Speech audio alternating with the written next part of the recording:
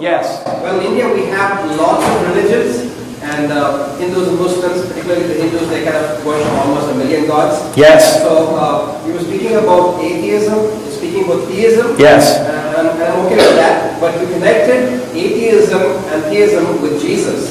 Now, if you were born in India and if your name was Ram, would you connect that with Krishna or with Ganesha? Okay, well, excellent question. I'm trying to... No, don't go away, Godfrey. Don't go away. Because I need clarification.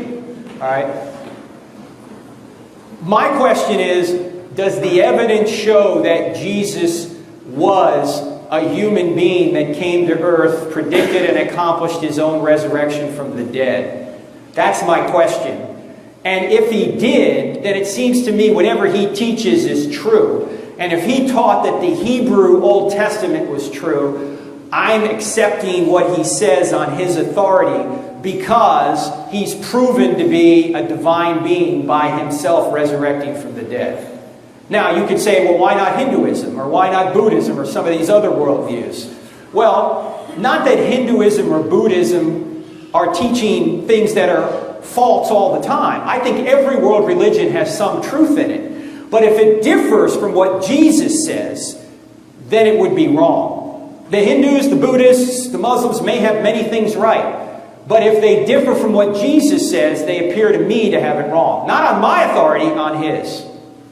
Now, I was just asking, in case you were born in a Hindu home, yes, are you still speaking what you're speaking today and connecting with Jesus? Because if you speak to Hindu people about Jesus, they say Jesus came 2,000 years back. Yes. Their gods came like 5,000 years back. So Jesus is a pretty new God compared to that God. Oh, I would agree, but I would say, what evidence do you have that the gods you're talking about that were further back are actually the true gods?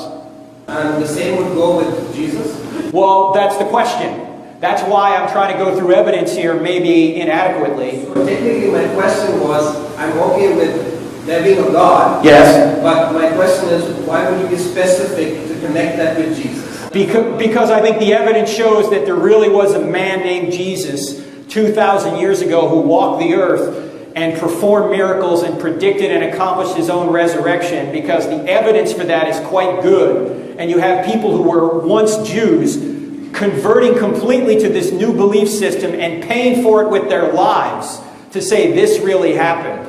But don't you think the evidence was also that Buddha lived on earth? And Krishna and all the others also lived there. They have stories. Oh, they have stories, but the difference between Krishna and Buddha and these folks and Jesus is Jesus says, I am the way, the truth, and the life. How do we know that's true? By the evidence. That's what we've been looking at. Obviously, I went through just a little bit of it this afternoon, or this evening. These guys also have evidence. So they have a story, and they have a thesis, and the Christians have a story and a thesis. Right. How would we differentiate between both and justify one as true? Oh, I agree with you, Godfrey. What you ought to do is you ought to look at the evidence from all of them and see which way the evidence points and then make your decision. But just because somebody was born in a particular place doesn't mean that their belief is either true or false.